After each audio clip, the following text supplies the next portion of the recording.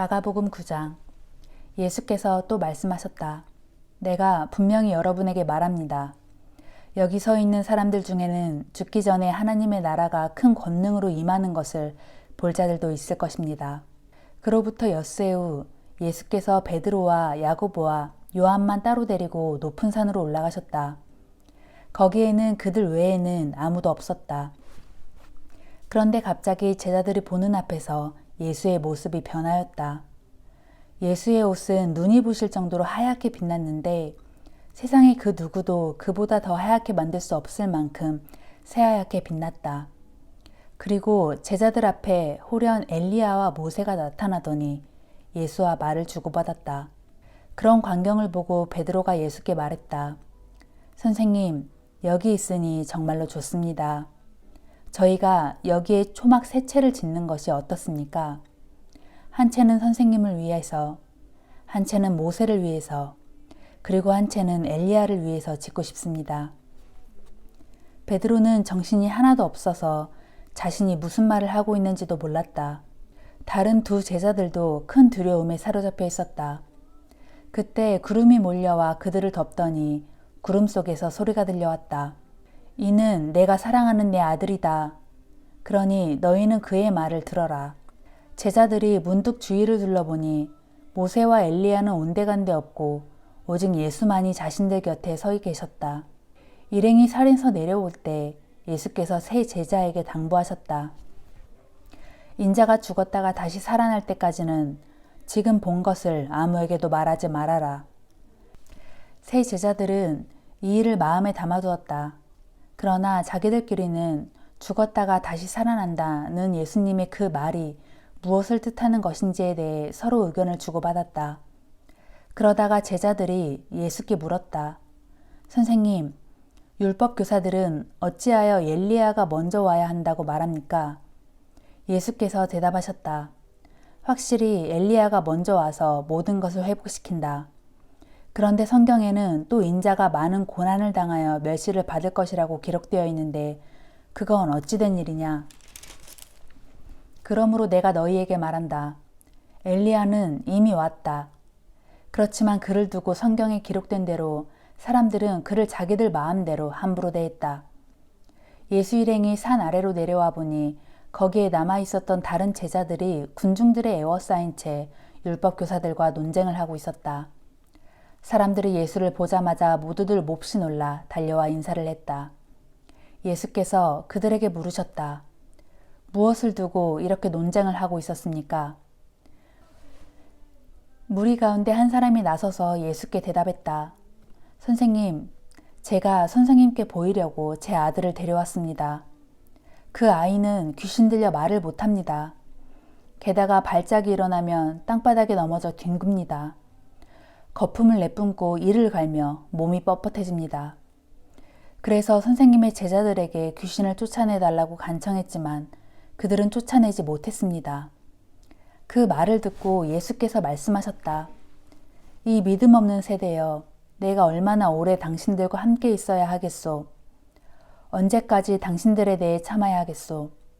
그 아이를 당장 내게로 데려오시오. 사람들이 그 아이를 예수께 데려왔다. 그동안 아이를 사로잡고 있었던 이 귀신은 예수를 보자마자 아이에게 심한 발작을 일으켰다. 아이는 땅에 넘어져 거품을 흘리며 뒹굴었다. 예수께서 아이의 아버지에게 물으셨다. 이 아이가 이렇게 된 지는 얼마나 되었소? 아이 아버지가 대답했다. 어릴 때부터입니다. 한번 발작이 일어나면 아이는 불속이나 물속으로 마구 뛰어들어 죽을 고비도 아주 많이 넘겼습니다. 그러니 선생님께서 하실 수만 있다면 저희에게 자비를 베풀어 주십시오. 예수께서 그에게 말씀하셨다. 보시오, 하실 수만 있다면이라니 그게 무슨 말이오?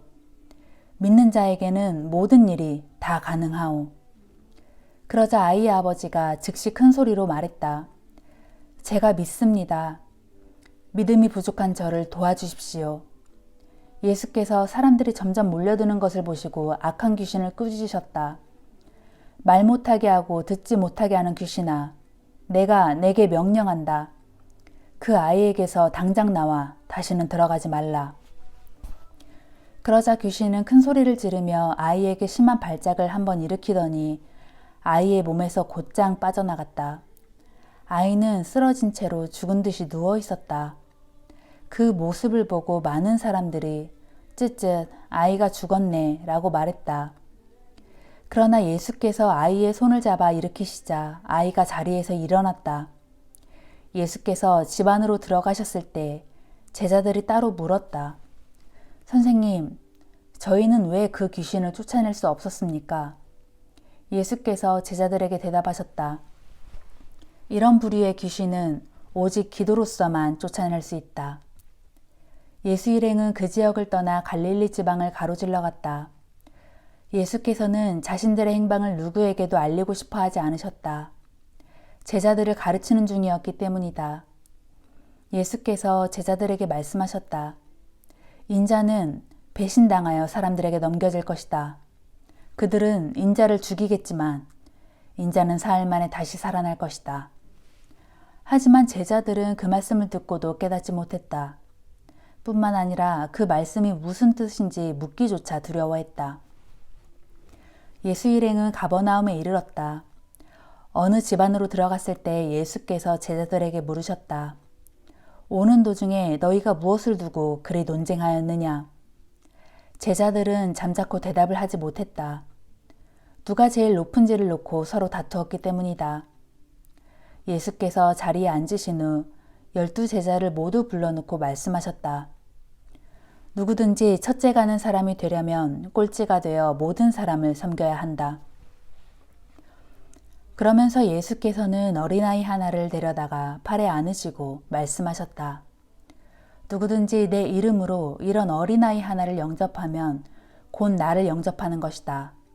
또 누구든지 나를 영접하는 사람은 나보다는 나를 보내신 내 아버지를 영접하는 것이다. 하루는 제자 요한이 예수께 말했다. 선생님, 어떤 사람이 선생님의 이름으로 귀신을 쫓아내는 것을 보았습니다. 그러나 그 사람은 우리 일행이 아니므로 우리가 그렇게 하지 못하도록 막았습니다. 그러자 예수께서 대답하셨다. 아니다, 막지 말아라. 내 이름으로 기적을 행한 사람이 나를 쉬이 반대하지는 않을 것이다. 우리를 반대하지 않으면 그 사람은 곧 우리를 지지하는 사람이다. 내가 너희에게 분명히 말한다. 누구든지 너희가 그리스도의 사람이라고 하여 너희에게 물 한 잔이라도 대접해주는 사람은 반드시 보상을 받을 것이다. 그러나 나를 믿는 보잘것없는 사람 가운데 하나라도 죄를 짓게 하는 사람은 차라리 자기 목에 큰 맷돌을 달고 바다에 빠지는 편이 더 낫다. 너의 손이 너로 하여금 죄를 짓게 하거든 차라리 그 손을 찍어버려라. 그렇게 하는 편이 멀쩡한 두 손을 가지고 영원히 꺼지지 않는 지옥의 불에 던져지는 것보다 더 낫다.